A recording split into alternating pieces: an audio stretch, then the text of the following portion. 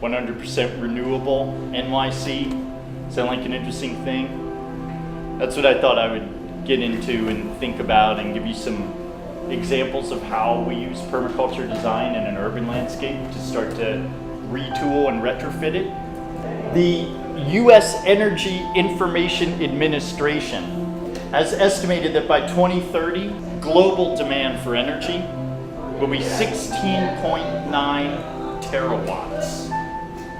So if we wanted to achieve 16.9 trillion watts of demand with coal, it would take 13,000 new coal plants to do that.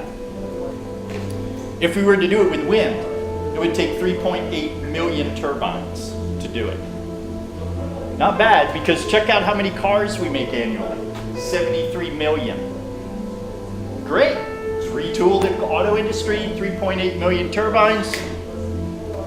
We're energy self-sufficient.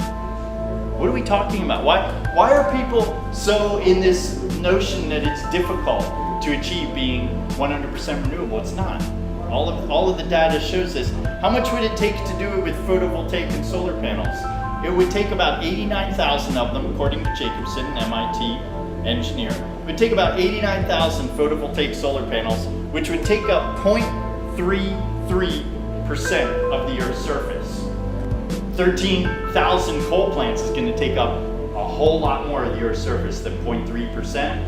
And that's not even looking at all the mining extraction that's going to go into those coal burning power plants, which is not going to go into 89,000 photovoltaic arrays. Once those are built, that's it. That's it. The extraction and refining that went into making the PV panel, you don't keep mining coal to power a PV array.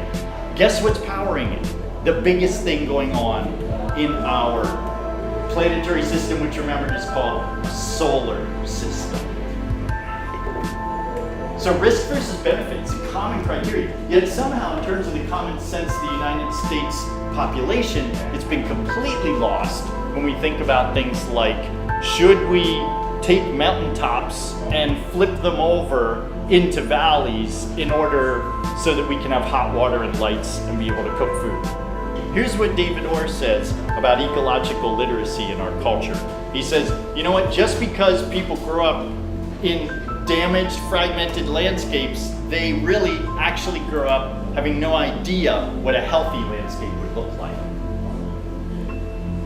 And that's important to understand, because that starts to set the tone for why people actually don't have better examples or a better idea of what to do than to continue with business as usual, which is petroleum-powered, coal-powered, nuclear-powered electricity. Solar thermal are evacuated tubes that are highly engineered, very well dialed in, and go directly into the building infrastructure that they're mounted on. So it benefits the building. And if you do like PEX tubing, radiant slab heating, you can have a thermostat intertied, tankless, biogas-powered hot water heater that's taking all of the food scraps and black water from the site. In fact, there's a building in Chelsea called Tribeca Green. LEED Platinum building has been approved in New York City, high-rise building. They process all their sewage on site in an anaerobic digester in the basement. They release the black water, not into the city sewer system, but into subsurface irrigation around street trees that they planted around the building. Totally approved, right in the middle of the city. And ultimately, we want to start to get an infrastructure that uses more trains and uses less automobile dependency, and that those trains are powered by photovoltaics, by renewables. In China, there are 30,000 biogas units powering 40 million homes. I use China as an example because we can start to get a sense of the scalability of these technologies, right? These technologies are not just idiosyncratic backwoods hippie homestead scale technologies. These actually scale up at the dimension that we need them when we're talking about cities of 20 million people. Right? when we're talking about a northeastern corridor with 120 million people. It's over a third of the US population. That's why I'm doing research on it. It counts what we do here. Retrofitting this landscape will be a huge game changer globally, and it's worth continuing to brainstorm about a better scenario than what we've been handed.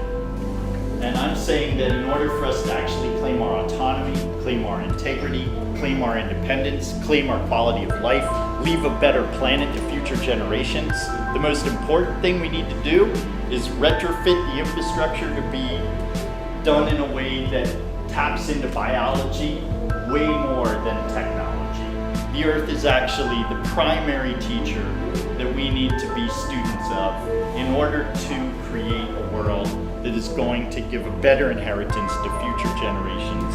We need to transition from a philosophy and a belief system that is invested in the notion that there is not enough for everyone and that there is not enough on this planet to create what we all need in order to have a good life.